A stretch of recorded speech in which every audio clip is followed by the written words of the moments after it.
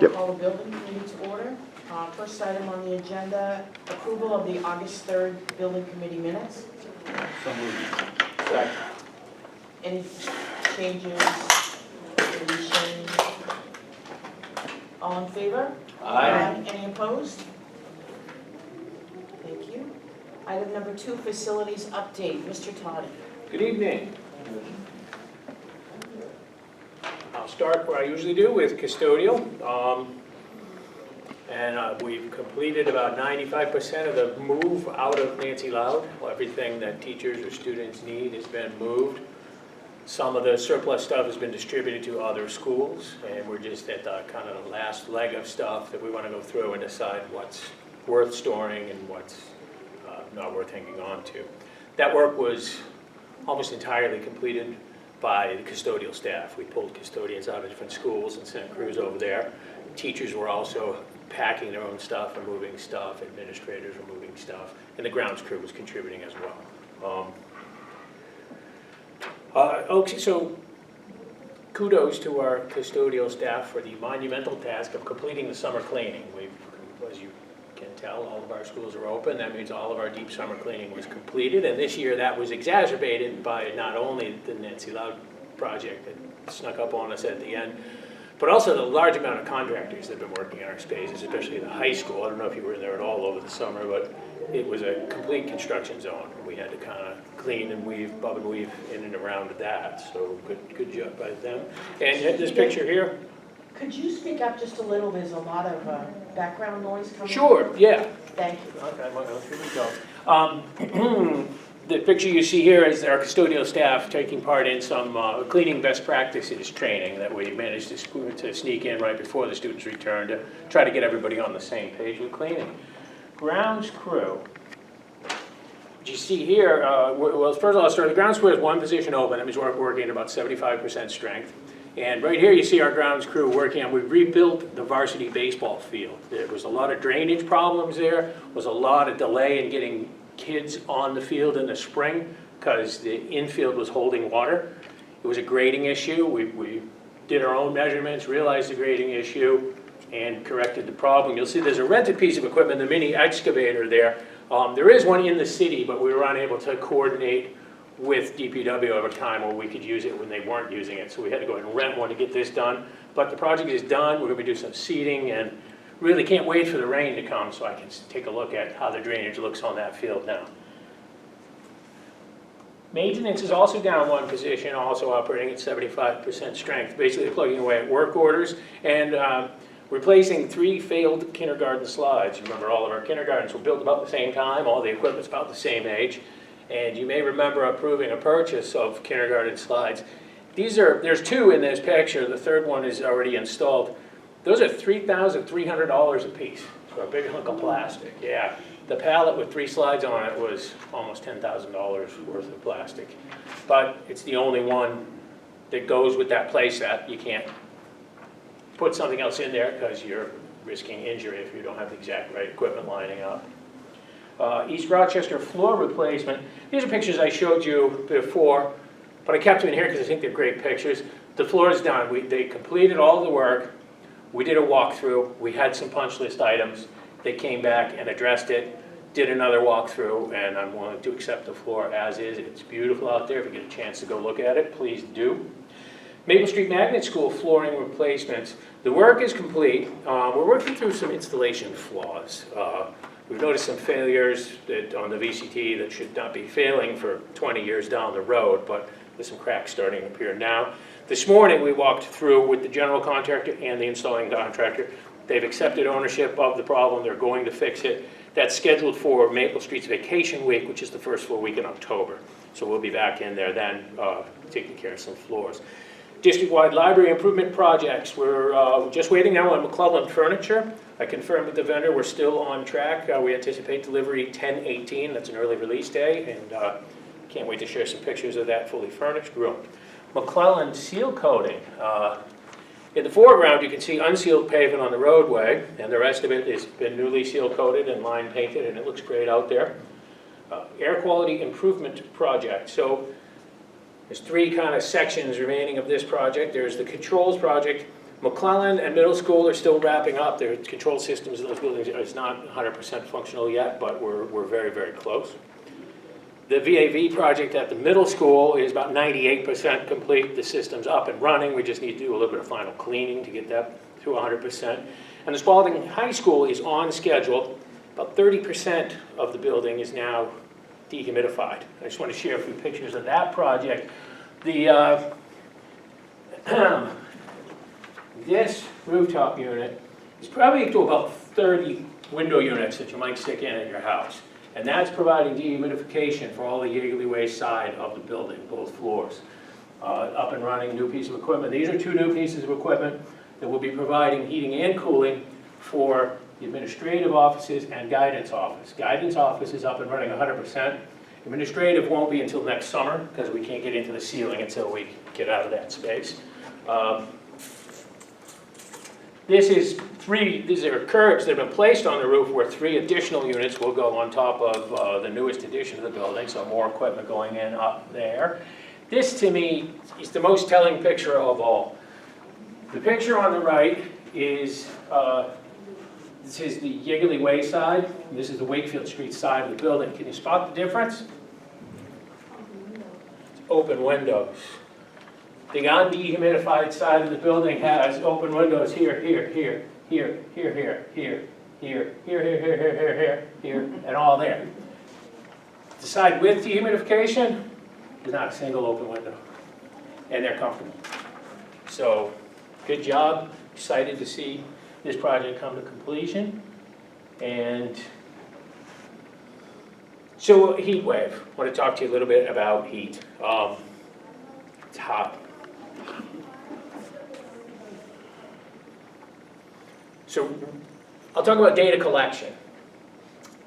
We have thermostats with measuring all over the district. There are literally thousands of points we're monitoring all over the district, in all of our buildings, in every single classroom, in every single office, common areas, all over the place we have thermostats.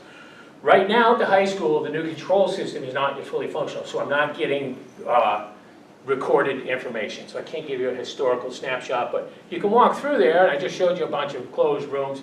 A third of it is now fully dehumidified. Pretty comfortable in the high school. If you're not comfortable where you are, take 10 steps in the other direction. You'll find a spot. Middle school, same situation. But the middle school has a lot of cooling already in place. The whole center part of that building is cooled. I don't have any streaming data because the controls aren't done. East Rochester is an old Honeywell control system that isn't tracking data, but the building is 100% central air. Not worried about that. McClellan is a new control system, not yet fully functional, so again, I don't have trending data, but we just installed new dehumidification systems in the multipurpose room. So that whole huge area in the multipurpose room has dehumidification. It's a very comfortable space, regardless of what's going on outside. School Street is an old control system, not tracking data. Very limited air conditioning. The morning of 9/6, we could look at an instant in time, and that morning it was starting at 80 degrees when people were loading into the building. A little bit warm there.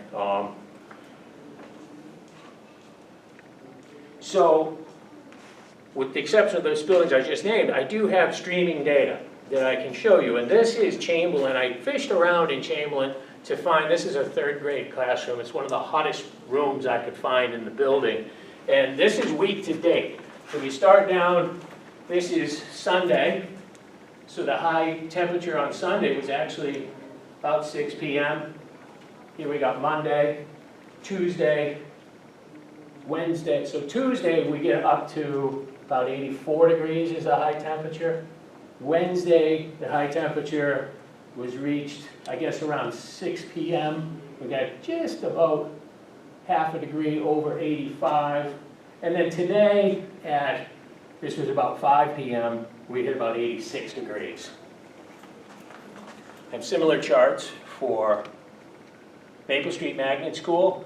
And over the whole week, you can see the trend of the heat wave starting, and the highest temperature achieved, this is on the 2nd floor, the hotter part of the building, was about 85 degrees. Similar chart for William Allen School. Here you can very clearly see the 3 days of the heat wave, and you can see it builds a little bit each day. And the hottest temperature was about 5 o'clock tonight. It got to about 84.5 degrees. I think there's, and Gonic School, this is on the 3rd floor, so I didn't fish around to find representative temperatures. I fished around to find the hottest spot I could find in the building. And we hit about 86 degrees at 5 o'clock tonight as the hottest thing I could find in that building. So I've heard some people talking about different temperatures in different buildings, and remember I said we have all these thermostats all over the building. So what I kind of look for is representative information about what does the whole of the building look like. If you've ever owned one of these home weather stations, you know, you set up an indoor and you set up an outdoor, and the directions, the first thing they say is, don't put this thing in the sun. Put your thermometer in the sun, you're going to get a reading that's not indicative of what's actually going on. Additionally, you've got metal-cased windows in most of our buildings. That metal will heat up. So if you take your thermometer, and even if you close the shade so there's no sun, you put it on the metal, you're going to get conductive heat energy into it. The thermostat locations for our control system are very carefully thought out and placed. Every single one of those thermostats is carefully placed in a spot in the room to give us representative data of the entire room. So these numbers you see here are most accurate dry bulb numbers that we can find. Doesn't include wet bulb or humidity type information, but I would guarantee these numbers are within 0.5% accuracy. That's all I have to say about heat wave. Moving on to work orders completed the period of August 1st to August 31st. We completed 110 work orders, which was up from 94 in the previous reporting period. Created 179 new work orders, which was up from 138 in the previous reporting period. Gives us a close ratio of 0.61 to 1, which is down slightly from our previous month's close ratio of 0.68 to 1. And now we have open from the August batch of work orders 60, and an average days from assigned to complete of 8.61, which is up from the previous reporting period. We were closing them at 6.36 days. That's all I have for facilities update. Thank you. Thank you, Dave. Does anyone have any questions for Dave? You know, I would. Just wondered if you could put a vent or something in the middle school. I'm sorry? Could you put a vent or something in the middle school Thanks. kitchen there, because it's wicked hot. In the kitchen. Yeah, I know So it's the supposed to kitchen be has hot. an exhaust hood already. Kitchens are one of the most ventilated rooms that we have in the building because it's designed to draw up any cooking stuff. So to draw cool air into a kitchen, you would just turn on the hood that's already there, and ostensibly that should draw air from other parts of the room. But they could. They used to open the door, they said, but now they can't because of the safety. What's a security is you can't open a back door. You can't Yeah. have the door wide open during the school day. Yeah. Yeah. We could certainly look at air conditioning all of our kitchens. I think the price tag on that would be well north of $1 million to hit. We've got 10 functioning kitchens. Yeah. And the kitchens are, you have stoves, you have gas heat. It's part of the He was in a Rochester, East Rochester school, and he didn't have, just for a little while, and he didn't have any problems there, my husband. And Yeah. he did get sick, and others, they said, got sick too, but when I went to pick him up, it was hot in there. So East Rochester School is our only elementary school that enjoys 100% comfort cooling. It's our newest school. So when that hood that I talked about, the kitchen, kicks on, that's moving air out of the kitchen. The air has to get replaced, so other air comes rushing in to replace it. And in the case of East Rochester, that air draws off of the multipurpose room, which is fully air conditioned. So you're replacing hot kitchen air with cooled air from the multipurpose room in that particular situation. Yeah, they have fans, but Yeah. Look, I'm your director of facilities. Everything we build from now on should be 100% air conditioned. I don't think we should build schools that aren't. So that's, we took East Rochester as our newest elementary school, air conditioned. The tech center, we did air conditioning and dehumidification. Got another project coming. We'll continue the conversation. Just to add to this, I was walking through buildings today and I spoke with a lot of staff, and I did make suggestions to have conversations with Mr. Toddy. In particular, I saw 2 classrooms in Chamberlain that maybe they could use some blinds. Perhaps there are fire retardant insulated blinds that may help in some way, shape, or form. But you don't know until you ask, and you need to ask the right people. Yeah. So I've asked, them to speak to Ms. Lancy. I met with Ms. Lancy at the end of the day, and as I was leaving, to schedule an appointment for those folks to talk to Mr. Toddy to review options. I'll add to that, Ms. Harrington-Baco and I were working on the Safe Schools grant, and the biggest thing we asked for across all of our eligible schools was safety film, which it turns the glass into where it won't break if it gets hit with a baseball bat or whatever, but it also carries the benefit that it's reflective, so it keeps heat out. So if we get that grant, you'll see a lot of safety film going up all over the district. If we don't get that grant, you will hear me continuing that conversation through other avenues, because it's something we need to do. Any other questions for Mr. Toddy? No. Go ahead, Dave. So, our exit strategy for Nancy Loud building, as far as once we have completely vacated it, I mean, I know we kind of discussed this, we're petitioning the city to take that right over. So, yeah, I've met with City Manager Ambrose, and basically I have the letter drafted. I'm just waiting to put a date on it. Once Mr. Toddy and everybody gives me the all clear, I'll go over, hand deliver the letter so that they'll take over responsibility at that time. So as far as any security from vandalisms or anything like that, kind of are going to fall to the city side, or? Go ahead, Matt. You mentioned East Rochester and old Honeywell systems for the brand new school. We didn't put newer. It was so when I say old Honeywell, I guess I should define about 3 generations of Honeywell controllers. So the EEI project is bringing in Distech controllers, which are open protocol, open source controllers, replacing all of the Honeywell stuff that went in the 90s. East Rochester went in with a newer generation of Honeywell controllers. So the older stuff is XL5000 series controllers. That's being replaced by Distech controllers through EEI project. East Rochester has newer Honeywell Comfort Point Open controllers, and they're too new. It's too much service life in them to throw them away.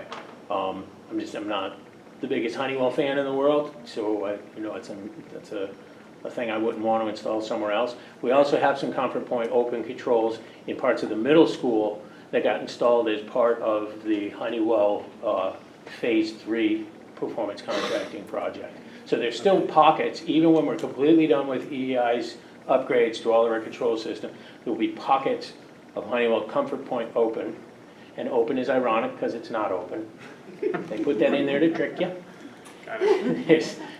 So it will be East Rochester, and the middle school will still have Honeywell controls. And when I talk about they don't log data, they have the ability to log data.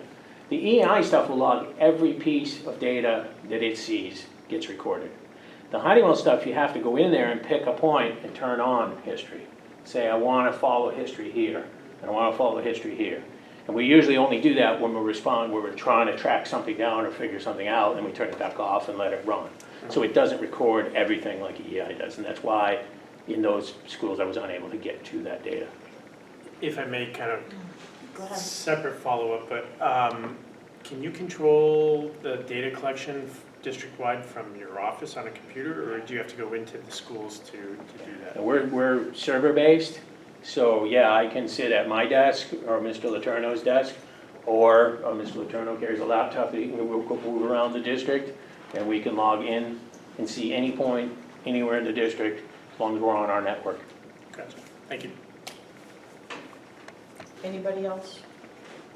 Mr. Toddy? Thank you very much, Dave. Yes, ma'am.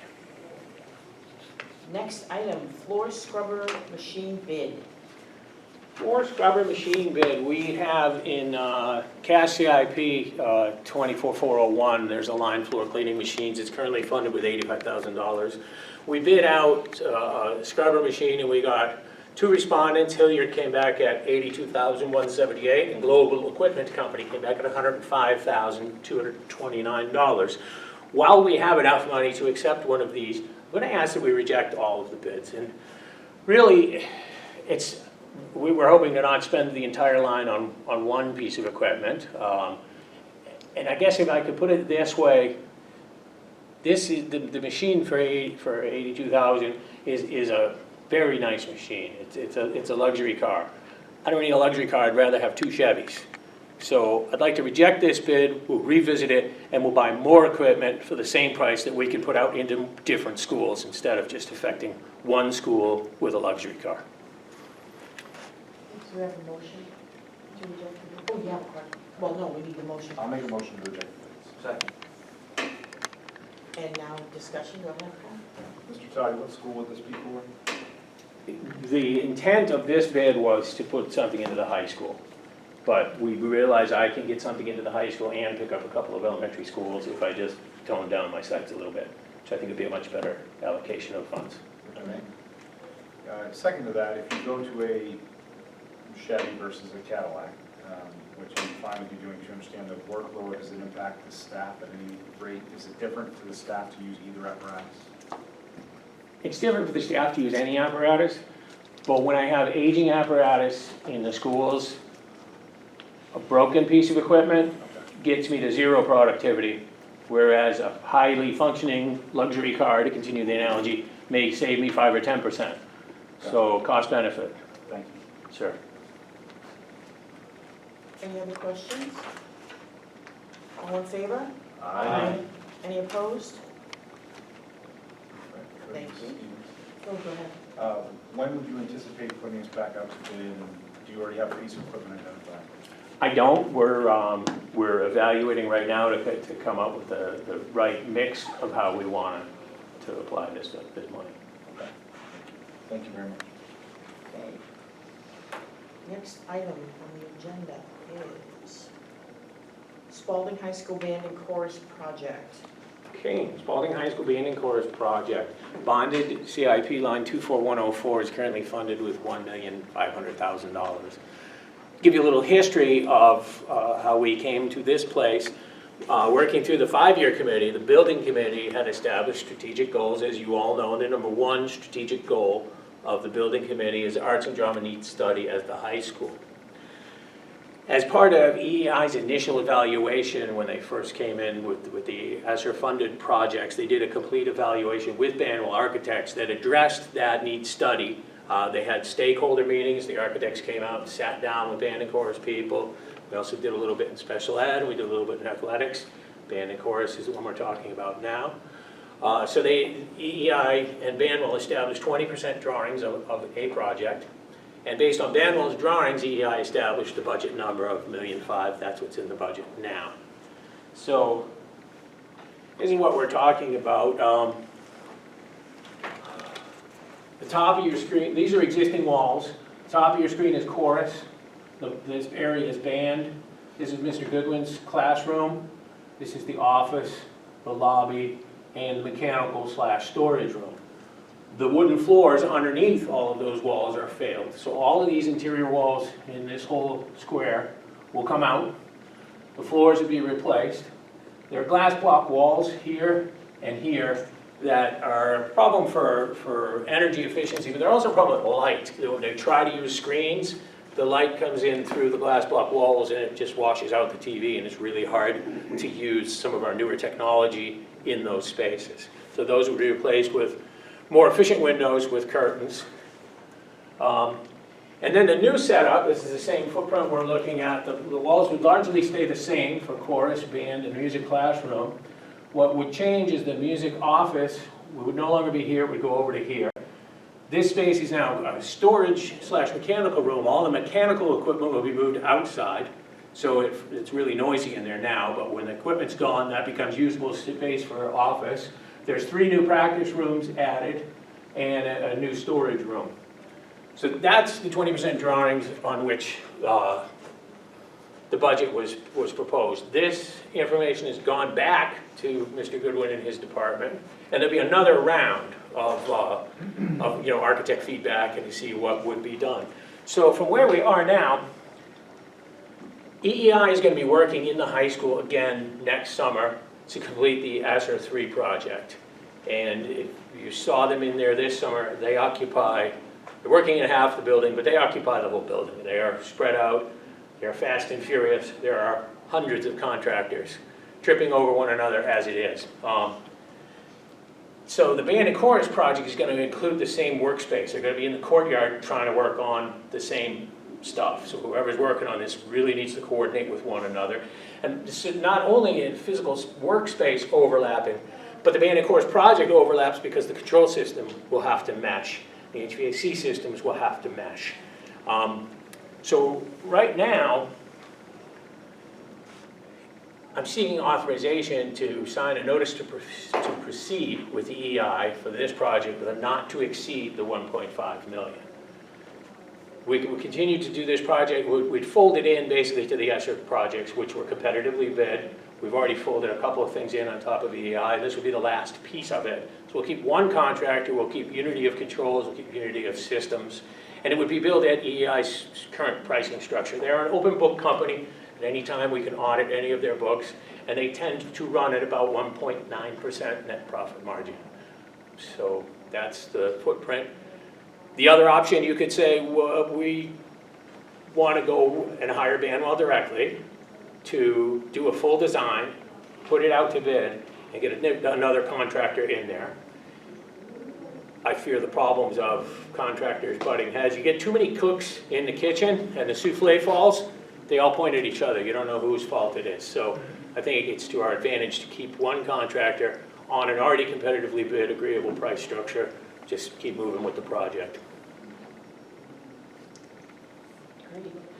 Any questions? Go ahead, Paul. Dave, I agree with your methodology there to roll it over to EI because they're already in there, they're established, they understand the workflow, you have good working relationships, and if they can stay within the budget, it'd be great if we figure out how to knock that number down a little bit. So if you give me the authorization to sign the notice to proceed, the next step will be a kickoff meeting with myself, Banwell, and EEI.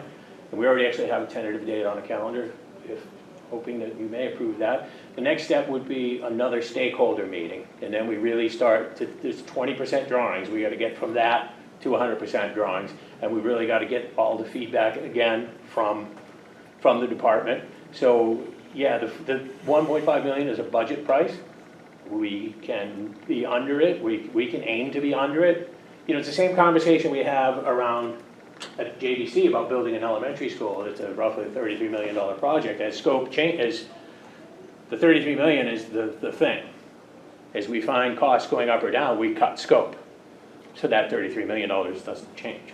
We can do the same thing here, and we can target some lower number if that's the board's wishes. Matt? On that topic, I guess one concern I would have is, you know, we hear a lot of discussion about our athletic facilities being subpar for a Division I school. And if we're thinking that we need to have as good equipment and facilities for our music department, which is also a Division I school, rather large school, I really hesitate in going cheap and trying to reduce that number, but see what else could the department use to make their efforts better. What can we offer our students to make them better musicians and better singers and so on and so forth. So I don't necessarily want to go cheap to save a buck when we could actually invest that in the facility and make it better for our kids.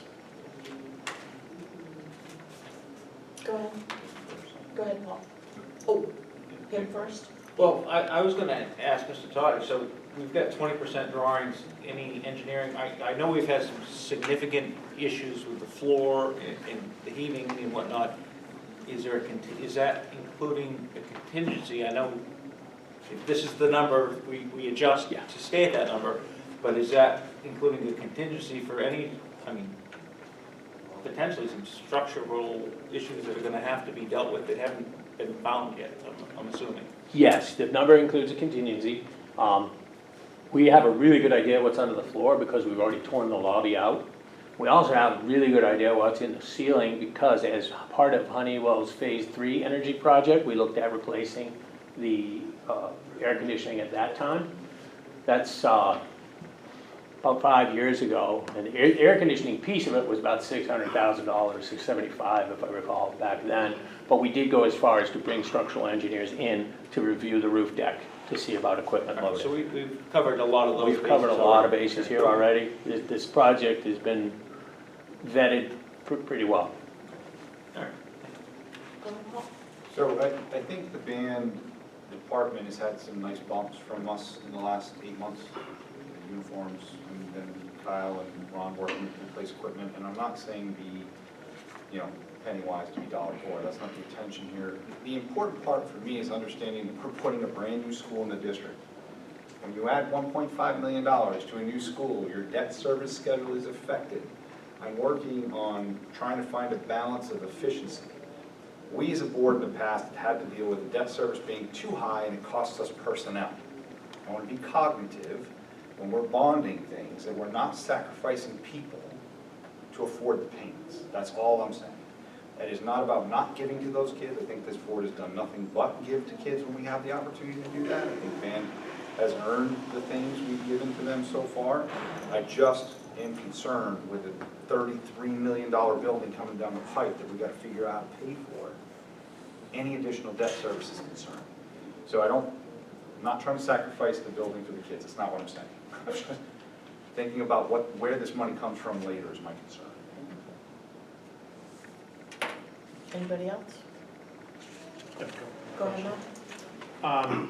Does EEI have the manpower to add this to their? Yes, so I've already had conversations with them about mobilizing this project for next summer Okay. and that's why we're talking about it now.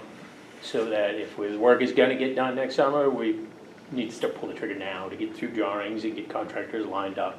But yes, I have no doubt that EEI can staff this. Okay. And you did say you've talked to the teachers and you will continue to talk with the teachers about their needs and? We've done one round of needs study, and now that we have the 20% drawings, the very next step is the second round we did one round of stakeholder survey. And now that we have the drawings, we go back to the stakeholders, share what's been drawn. We're attempting to capture what you said. Is this it? Is this what you were talking about? And we'll get their feedback again. And I already know there's a couple of things that Mr. Goodwin has pointed out that he's reviewed it, and there's a few changes that he's already talking about. But we'll also bring in Mr. Roy and any administrators that he would like to include. Okay. If I may, one more question. Go ahead. Does that also include, I think I asked this before, but I can't remember what you mentioned. Does that include the storage cases in the back of the room? Yes. So it would be new storage? It's moving units? into an area in the front. Okay. On the drawings, there was one room that I can't tell what it says on it because it's kind of fuzzy. And next to the music office, there's a room there, but I can't tell what it On is. this- It's that long skinny room next to the music office, the new music office. So, well, this is the stairs going up. Okay, the stairs go up part, it's like a half flight and then it turns right, but what's that straight ahead? This is another staircase from which you can access. It's usually closed off. It goes down into the tunnels and up into the attic. Oh, okay. Anybody else? Kind of last one, so I guess I kind of want to address Mr. Lynch's concerns, because I don't disagree at all. So I guess for just point of clarification, what you're looking for motion tonight is to move forward with a letter of agreement that we're going to proceed with this project with a not to exceed price of 1.5 million. Yes. And at that point, it becomes a design-build project. So with that doesn't commit us to necessarily that funding source of bonding. Up to, yeah. So the discussion can still be had in finance of whether it be retirement of other debts or looking at numbers for source, and I don't want to convolute it, Right. but Creatively, if I may, yeah. creatively funding it is part of the problem, right? Because the reality is we've allocated to the bond schedule, right? If we don't spend the money, we have to unallocate or deauthorize the bond, which is not the problem. But if we're gonna take that amount of money and move it to something like this, it depends on how much we're returning. There's a lot of things you can't count on. So again, with the new school, dictated by where we are, I'm just afraid the more of these big projects, and I want to be very clear, Mr. Toddy has been nothing but the best about making sure we're not overspending and we're doing what we need to make sure the schools are safe and sound and clean and functioning. I understand the value here, but I'm just very concerned about that. And I share your concern, and I don't wanna sound like a skeptic, but I totally agree and hear your concern, and I'm just, for clarification, we're not pulling a bond with doing this, but we are committing to the project and spending that money, or up to the 1.5. I don't have to raise my hand. So, Right. Don? My turn. I understand what you're saying.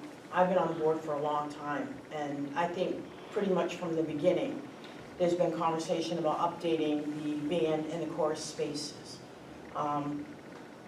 As someone who's spent significant time up there, it's unbelievable, the situation that they're working on up there and how they get as good as they do. I understand what you're saying about the money, but I think, Mr. Toddy, wouldn't it in fact be cheaper in the big picture if we utilized the company that's gonna be there with their equipment and their men, and as opposed to letting them finish that project and then starting from scratch with a brand-new company coming in? so we likely won't hit the target of next summer if we were to do it a different way, which doesn't really get to the bonding question that Mr. Lynch was bringing up. And let me answer, let me see if I can speak to that question, because I may be able to reframe this just a little bit. You know the floors are failed. You've seen them rise 3-4 feet in the air. You've seen that whole area get closed down. Use of 0, no students in there, had to go somewhere else. That hasn't gone away. Right. That problem still has to get fixed. Oh, wait. And that's the lion's share of this work, is just fixing that problem. And now since to fix that problem, we have to gut the space, we're saying, well, hey, let's spend the incremental difference to, while we're putting it back together, upgrade it, and the upgrades in the space aren't a heck of a lot. We're relocating HVAC, which is at the end of its useful life expectancy. We're replacing a floor that has to get replaced for safety reasons. The upgrades in the project are really the glass block windows and some articulating curtains to be able to, because those windows are pretty high up in the space. You can't climb up there and close the curtains, so they're motorized curtains like the ones we put in the auditorium. Right. Really, the amount of upgrades in here aren't a lot. We have to tear out the walls in order to tear out the floor. We have to tear out the floor. In order to do that, we got to get rid of the walls. Now, once that's done, we replace the floor. Now we got to replace the walls. So we just move around a little bit. And the HVAC, I was trying to get it replaced as part of Honeywell Phase 3 about 5 years ago. So we're on borrowed time with it. That unitary equipment has a life expectancy of about 20 years. I don't have the serial numbers on the top of my head, but I would guess that stuff's 30 plus years old. In fact, one of the condensing units, remember now, because I was the guy that used to have to work on it, they installed the electric conduit directly across the access panel for the controls. Show me that. So I am certain that panel has never been opened, never, because you can't, right? So what's going on in there, I can't tell you, I have no idea. So if that reframes it a little bit, if you're looking at it as a want versus a need, most of this project is need to do with the floor. Little bit on the top is want. I get it. Yeah. Totally. Anything else? What? You need a motion, right? Yeah, we do. We get a motion from the committee? I don't know how to word it. Pardon? I don't know how to word it, make a motion that we continue. If you could authorize us to sign a notice to proceed with the EI not to exceed $1.5 million. You can just You could just say so You can moved. say what he said. Yeah, it's so. What you said. She's right. So moved. Second? So we have a motion and a Second. Motion and a second. Do we have further discussion? Go ahead, Paul. I just want to say, Mr. Toddy, I don't want you to think that I was questioning you at all. That was not my intention. No, sir. No. I did not mean to imply anything negative specifically to you about the project. I don't think you were, sir, and I would hope you question me all the time, because that's your job. Right. I just want to make sure, this is not a you thing. I just, the school's got me a little, All right, so All in favor? Any opposed? Great, motion passes. Can I ask another question? It doesn't affect the vote at all, but it has something to do with the project. Go ahead. Having been involved in the music program for a number of years, because my daughters have been involved, getting there. Going in that back door, bringing equipment up and up the stairs and down the stairs and filling trailers and going all over the place. Are there options to make it easier to bring that equipment up and down the stairs so we don't break anything in the future? Like, we're talking keyboards, xylophones, and all kinds of stuff. I think originally one of the things that we had talked about was some kind of a lift in there to accommodate that sort of thing. And honestly, we ruled it out because of expense, because we were trying to, that's in the needs and wants category, and that lift was a want. Yeah. And those are about $100,000 each to put a chairlift type of a thing in there to move equipment up and down. So we didn't include that in the 20% drawings.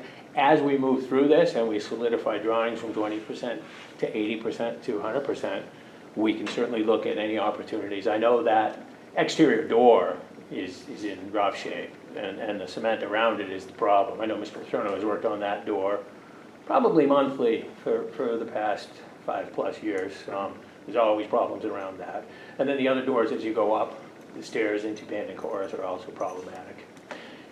Also, storage in that space has been a big problem. The stairwells always become storage facilities, and they shouldn't, and that's a lot of the problem about moving something, because there's stuff that shouldn't be there. If we increase storage space, hopefully we can resolve some of that at the same time. And if I may just add one thing to consider, we rely on a lot of volunteers to hoof things up and down those stairs, and there's a lot of potential for damaging the equipment, so that, I mean, for what it's worth. You know, save the equipment, save the volunteers' backs, like mine. You know, anything you can do would be helpful.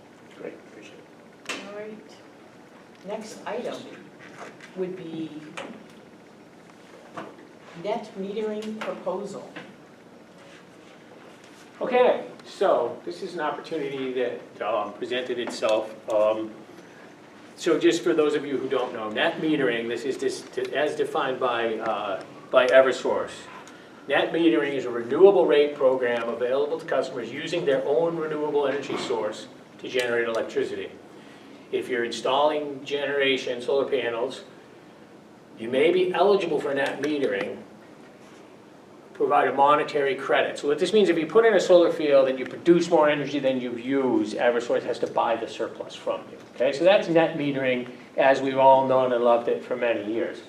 Recently, they've added this new thing, and it's called virtual net metering. And let me try to explain this.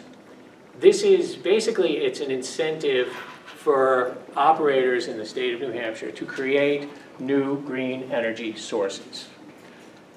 If new green energy sources come online and they outproduce whatever their customer base is, Eversource has to buy their electricity at the standard rates. We know from history that the green generators, once the installation is complete, can produce energy cheaper than Eversource can. So they're banking on the fact that Eversource is always going to be giving them money. The state, in its wisdom, said, well, we don't want to just let you run wild and build all the green energy plants you can, so I need you to create virtual off-takers. And that can only be municipalities. It can only be schools or cities. So as a school, we can sign a contract as a virtual off-taker. They've already reviewed all of our KW usage. This is exclusive of all of our own solar production. And it just says that somebody's going to build this solar field, and we're going to say, oh, well, we potentially could take this much of that energy. Won't actually. We're still going to buy our electricity from wherever we buy it from. We can still go out to bid whenever we want to go out to bid for our services. But we've agreed to be the virtual component to this financial instrument. There's two kind of flavors. So there's a solar net metering opportunity, and the solar fields in question aren't built yet. So if we were to enter a solar agreement, it would take from 18 months to 2 years for that solar field to be built. Could take up to 3 years. At the end of that time, a 20-year term begins, And we get money back every year for those 20 years. We can still buy our energy wherever, we can decommission buildings whenever, we can keep all our solar in place, we can build new high-efficiency buildings, doesn't matter, we can still do whatever we want. We're just in it to demonstrate that there are people out there interested in this. Because the solar fields aren't built yet, it's a 20-year term. But there's also opportunities for hydro. All the hydro stuff that's going to be built in the state is already built. It's already owned outright. So it's very clear. And because of that, you only need to enter a 5-year agreement. So based on our current consumption, if we were to enter a 20-year solar agreement, we're projecting about $300,000 over 20 years revenue. And that's based on current Eversource rate of $12.79 with a 2% annual increase. As those rates go up, if they go up, if we end up with oil shortages or something, those rates go up, our revenues go up because we're getting paid on the delta between green generation and solar and Eversource's street rate. The hydro one, where it's only a 5-year agreement, projects revenues of $50,000. And you could renew that every year for every 5 years for 20 years, if the laws stay in effect the way they are. That would get you to about $250,000 over, or 5 times short, that'll get you to $200,000 over the same 20-year period. So over the 20-year period, solar would get you to $300,000 and hydro would get you to $200,000. But hydro, you don't have to make the commitment. So Sam and I have already met with the companies that are proposing this to us. We've already vetted it to some extent. We have received some contracts. So there's probably 3 things here, as I see it, that you could do. You may see lots more things you could do.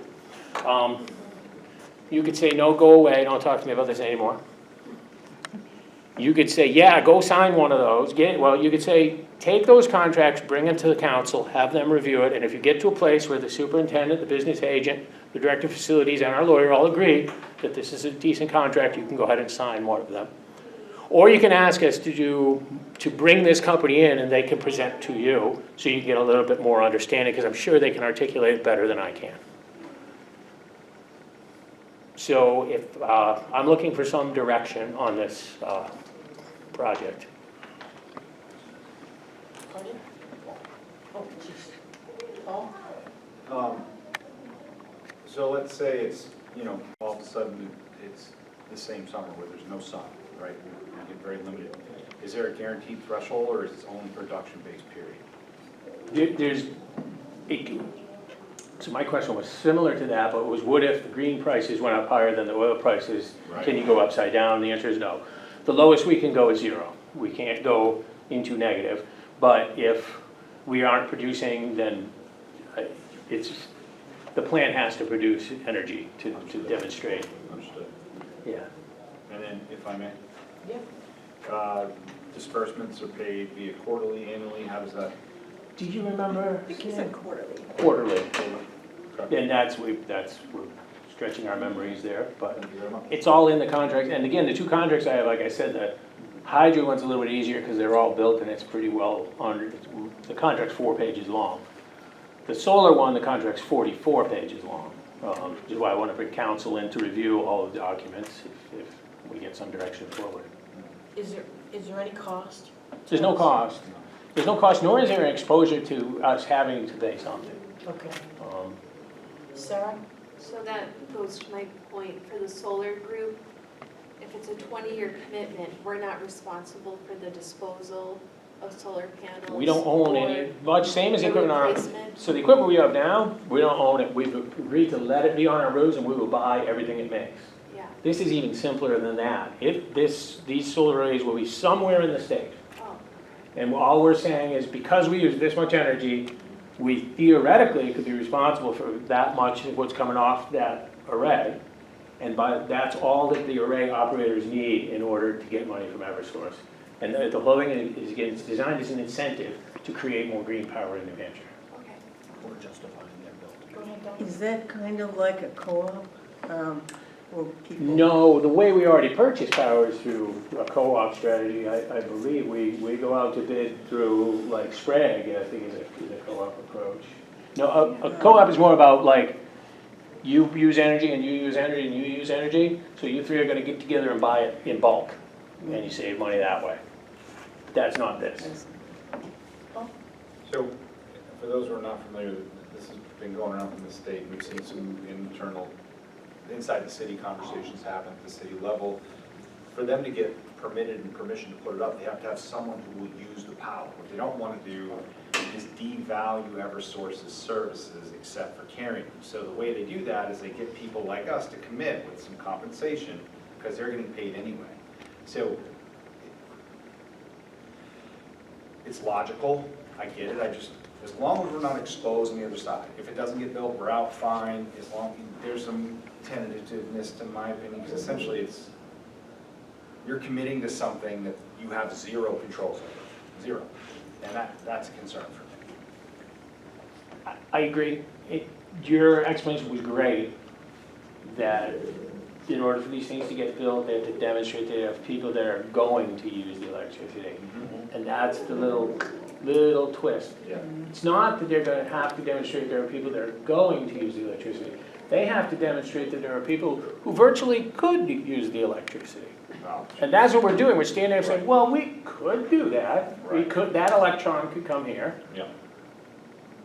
Yeah, I think it's a wonky, I personally think it's wonky, but if we're in, if the risk liability is zero for me, I'm sorry. That's fine. Prospectively, I don't think we need the city's permission, to be candid, because if we're committing to it as a district, it's ours, right? So I think if you have the superintendent yourself, the businessman, administrator. Oh. Well, I meant both. I'm sorry, Yes. I thought you meant, I'm like, we don't know, we don't need that. So, okay, if you want legal counsel to do that, then that's fine, that makes sense. I misunderstood. I was talking about Ms. Kelly. Oh, got it, Yeah. okay.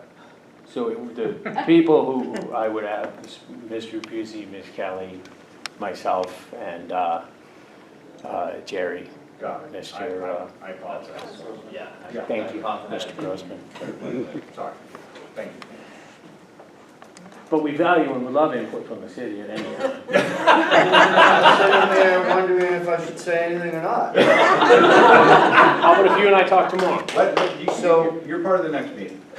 Well, just if I can just Yeah. comment on this, the cities, I've been heavily involved in solar programs for going on 5 years with the city, and there's a lot changing, as Mr. Todd said, but what I've been wanting to approach the school department is sponsoring, partnering with the city on these various programs, even your supply options. I'm pretty sure we could have done better if we were partnering together. These solar, the first I've heard of this virtual, there's a lot of new solar laws changing all the time, but I think if you look at our supply together, the city has about 6 million kilowatts, the school has about 3 million, so 6 meg and 3 meg. There's a lot of volume there to benefit both sides, so I just would say before you sign any contracts, if you want, we could So in this go agreement, over everything together. There's also a lot of scams out there, and you gotta be careful on what you're signing up for. one of the things we talked about were other school districts in New Hampshire that are already doing this, and he rattled off, I have them written on my desk, there's 4 or 5. Exeter, Oyster River is doing it. We can reach out to those business administrators and get their feedback on what they think. I'm not in a hurry to jump in on this, and maybe what I'm hearing is that we should invite this company to come to a presentation to you all.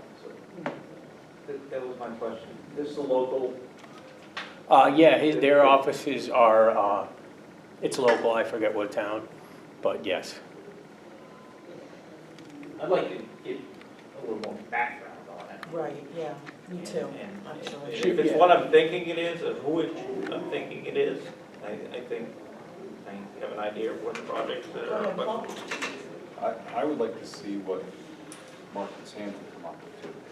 So the pooling to purchase power can still happen Yeah. regardless of this. Okay. And if this panned out to be a good idea, the city buildings could participate in this as well with your consumption. So we should talk about it on both sides, I guess. Sure. There's a lot to talk about, I'm just saying, let's have that conversation, because we're talking about a potential of a lot of benefit on both sides, a lot of dollars. And we've always been disconnected on this, and the city does their thing, and the school does their thing, and you know, council, I think, would like to see us more unified in this approach, that's all I'm saying. So we don't really need any action tonight? You'll, I think if I could, Mr. Toddy, the idea is here, you find out when they'd be available, and you can let us know. right. Get something on the agenda for a future building committee. Sure. Perfect. Perfect. Next item, 5-year plan. You guys already worked on it with item 4, I thought so. so congratulations. Thank you. You're already ahead of, you're doing better than Paul's. That's not a high water. Yeah, I Don't get know. excited. I'm usually right down there. You're in the same boat, personnel. Item 7, public comment. No? No one here. No one here. Okay. Anything under other? No? Motion to adjourn? So moved. Second. All in favor? Aye. Thank you.